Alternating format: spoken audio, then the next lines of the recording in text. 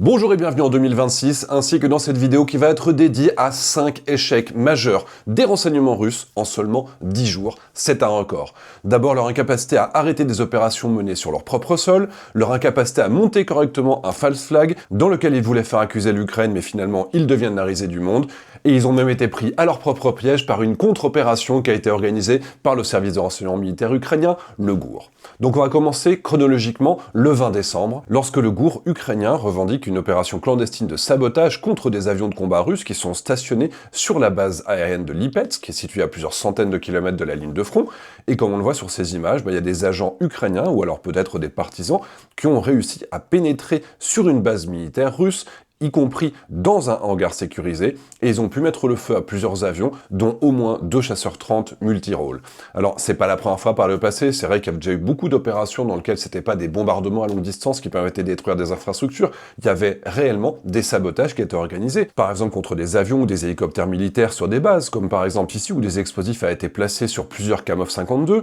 on avait également la destruction de ponts et de voies ferrées, comme ici à Bryansk, on a même des dégâts à l'intérieur de navires militaires, comme ici dans la salle des transmission du lance-missile Serpukhov qui se trouve alors dans le port de Kaliningrad. Donc c'est vrai qu'on y est habitué, mais au bout d'un certain temps, on dit qu'ils devraient quand même être capables de sécuriser leurs infrastructures. C'est toujours pas le cas. Deuxième cas, 2 jours plus tard, directement dans Moscou. Il y a encore une fois un général russe qui va être visé par une opération d'assassinat ciblé. Le général il s'appelle Fanil Sarvarov, c'est le chef du département de la formation opérationnelle, et sa voiture a explosé dans un parking au sud de Moscou le 22 décembre au matin. Puis, 2 jours plus tard, ce sont 2 policiers qui sont tués dans une explosion qui a lieu à seulement 300 mètres de l'explosion précédente, et le GUR révélera que ces 2 policiers avaient participé à l'opération militaire contre l'Ukraine et qu'ils avaient des preuves de leur implication dans la torture de prisonniers de guerre ukrainiens. Et c'est des méthodes qui ressemblent beaucoup à ce que Israël avait mis en place pour tuer les nazis responsables de l'extermination des juifs, et pendant des décennies, il y avait eu des assassinats ciblés qui étaient organisés par l'État israélien. Alors, le troisième cas, c'est cette annonce russe comme quoi l'Ukraine aurait envoyé 91 drones contre l'un des palais de Vladimir Poutine en Russie afin de l'assassiner dans la nuit du 28 au 29 décembre, et que pour cette raison, ils remettent en cause les négociations de paix qui sont en cours entre l'Ukraine, la Russie et Donald Trump évidemment. Alors, le problème, c'est que les habitants de la région disent sur les médias sociaux qu'ils n'ont pas entendu de tir de la défense aérienne dans la zone. Ensuite, la Russie se contredit dans la description de l'attaque, puisque dans un premier temps, il parle des drones qui sont envoyés sur la totalité du territoire russe, puis ensuite, la totalité de ces drones aurait été envoyée uniquement contre la résidence de Vladimir Poutine, et puis le plus clair, c'est qu'il n'y a pas le moindre dégât à montrer, alors que la défense aérienne russe est plutôt réputée aujourd'hui pour être incapable de défendre même ses sites militaires les plus sensibles contre un nombre bien plus petit de drones ukrainiens qui touchent tous les jours des infrastructures militaires, pétrolières, des usines et des raffineries. Donc tout ça, ça rend déjà les choses qui sont pas très crédibles. Et le pire, c'est que quand, au niveau international,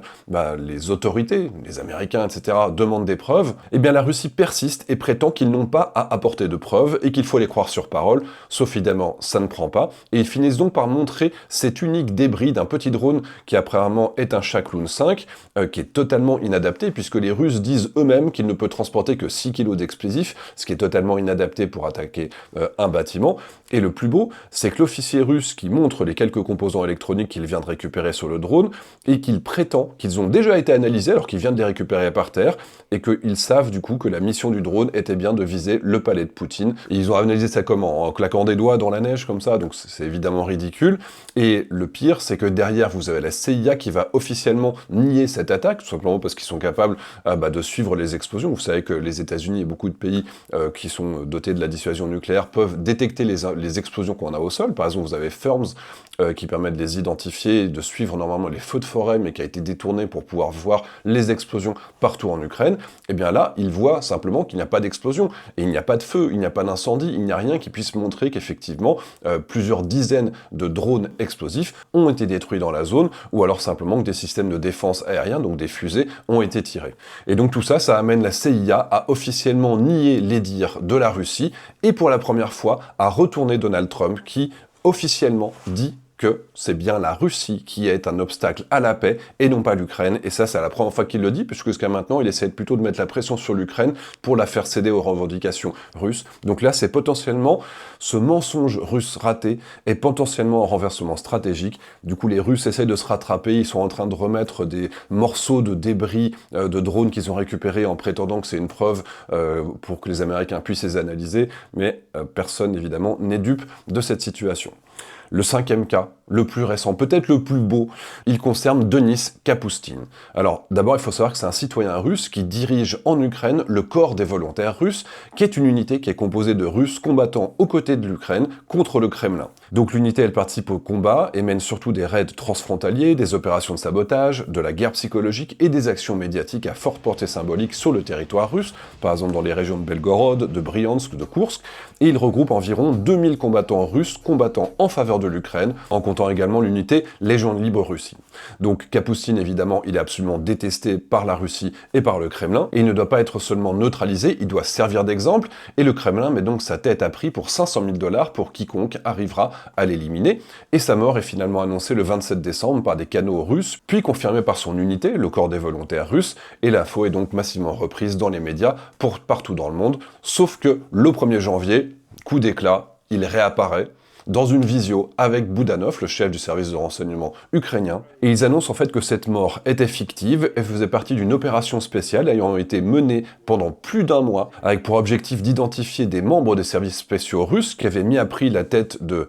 Denis Kapustin. Ça a aussi permis de faire tomber tout un réseau d'agents russes sur le territoire ukrainien, mais aussi, et ça c'est le plus génial, de récupérer la prime de 500 000 $ qui va aller abonder le fonds du GOUR pour pouvoir continuer à faire des opérations clandestines sur le territoire russe, comme on l'a vu quand même par 3 reprises depuis les 10 derniers jours. Donc ça, c'est quand même une accumulation de succès qui est assez flamboyante. Tous les services de renseignement du monde aujourd'hui le disent, les Ukrainiens sont devenus les meilleurs du monde. Les articles de la CIA qui disent qu'ils n'arrivent plus vraiment à les contrôler, bah c'est normal, c'est un pays qui est en guerre, qui apprend énormément, qui se permet beaucoup de choses. Ils prennent des risques et du coup, ils réussissent des coups qui sont importants. Les Israéliens également les suivent maintenant, donc la totalité de la Terre regarde vers l'Ukraine pour voir comment est-ce qu'on réussit des opérations secrètes. Et c'est vrai que de l'autre côté, vous n'avez pas réellement de succès flamboyant de la part de la Russie sur le territoire ukrainien. Évidemment, il y a des bombardements, il y a cette guerre, mais globalement, vous n'avez pas l'équivalent de l'opération Spiderweb, vous n'avez pas d'infiltration de soldats qui vont être capables de rentrer sur des bases pour détruire directement des équipements sur place, vous n'avez pas de drones qui vont décoller pour aller faire du petit bombardement local sur un aéroport ou sur des installations. Tout se fait à très longue distance, et ça prouve aussi que la population ukrainienne est très vigilante à ce type d'écart. Et puis on voit quand même une situation globale des services de renseignement russes qui ne sont plus que l'ombre de ce qu'était le KGB, qui était hautement craint à l'époque, avec un détail quand même, sur notre territoire européen, nous n'avons pas la résilience et la maturité pour voir ce qu'il se passe. Nous n'avons pas les armes que les Ukrainiens s'autorisent à obtenir. Et donc les Russes, sur notre territoire, organisent des déraillements, des sabotages, des destructions d'infrastructures, des explosions et des assassinats ciblés. En Ukraine, s'il y avait des drones qui venaient survoler des installations militaires sensibles, comme en France, on a eu avec la base stratégique nucléaire de l'île Longue, ou alors la base de Creil qui héberge la direction du renseignement militaire, et bien simplement ces drones, ils auraient été interceptés et détruits instantanément, et nous, on n'en est pas capable. Donc il faut vraiment qu'on se muscle aussi de ce côté-là. Voilà, c'était une vidéo très courte, j'espère qu'elle vous a plu. En tout cas, moi je pense que ça valait le coup de faire un petit point